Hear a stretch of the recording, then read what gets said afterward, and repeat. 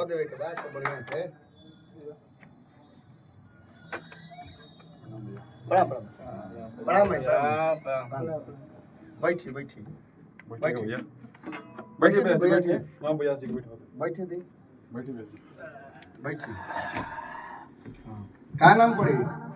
हमार नाम पड़ी व्यास रस चूसना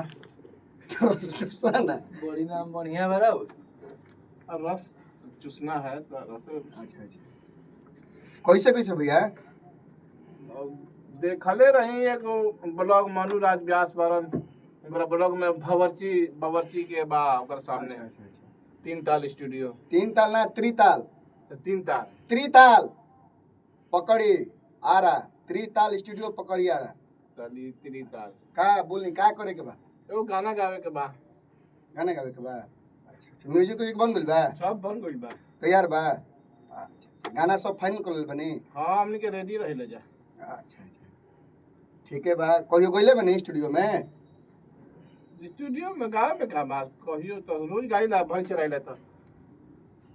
ओहो थोड़ा देख लो भैया थोड़ा देख लो अच्छा देख लिए अपना से देख लो तो म्यूजिक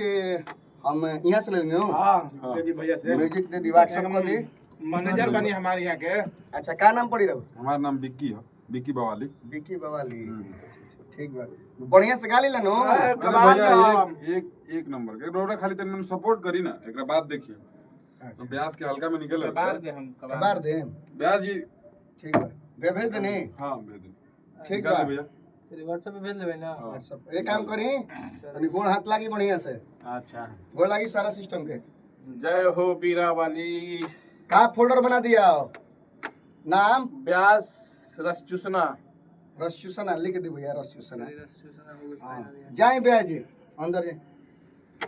ब्यास जी हां है बेस्ट ऑफ लक कबार देना अच्छा भैया गोड़ लग के जाए एक गोड़ लग के चल जाइए ठीक बा गाय एकदम मस्त रहे एकदम जाए कबार दे एक बार हिला दे एक बार कबार देगा रुको 1 2 3 4 अरे महाराज गाना गावे के बा गाना गावे के बा गाना ते महाराज रबर गिनती करत नहीं तो भैया हमारे ब्यास के ऐसे मत बोलो लोग यार थोड़ा आराम से अच्छा ठीक है देखिए 1 2 3 4 बोलेंगे ना तो उसके बाद आपको गाना जो लिख करा है उसको गाना है ठीक है जोन याद बा कबार दो चलिए 1 2 3 4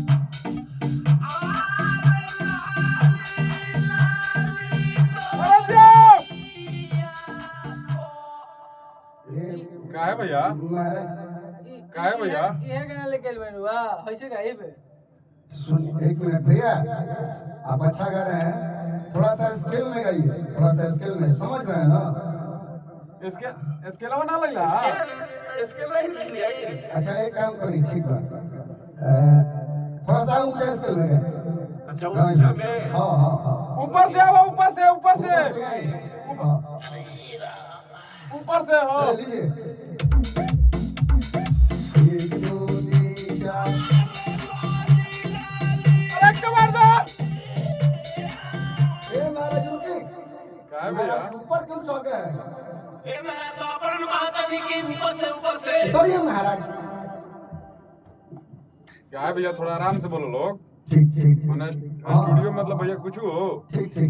अच्छा सॉरी अपने कहता नहीं कि ऊपर से ना ब्यास चलिए ठीक आराम से है आराम से ठीक है कोई बात नहीं है आइए आराम से आइए भैया ठीक है अच्छा गा रहे हैं आप आइए लीजिए भैया 1 2 3 आइए अरे क्या हुई भैया कबे से कहा था आइए ये तो क्या करिए भाई आपने भी बोला मत नहीं ए महाराज रुआ हेजा का या कोई तो कहते कि आइए ए महाराज मतलब गाइए आइए जान रहे थे यार जी आप बोल रहे थे हम उसी टाइम बोल रहे थे आप कैसे न कैसे स्टूडियो में आ जाते हैं आप मैंने स्टूडियो तो सी हो गई बा ए महाराज भैया कहता नहीं कि गिनती करवाओ कभी कहता नहीं कि ऊंचा से महाराज लेके हम अच्छा चलिए चलिए चलिए ना महाराज रुकिए हमारा चलिए रिकॉर्डिंग नहीं करेंगे ना आप गाँव के नहीं ना छोड़िए कहीं महाराज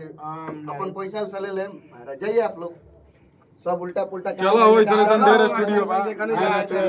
हाँ, हमने को ढेर गायक हल्का में हल्का में ले तो जाइए मैं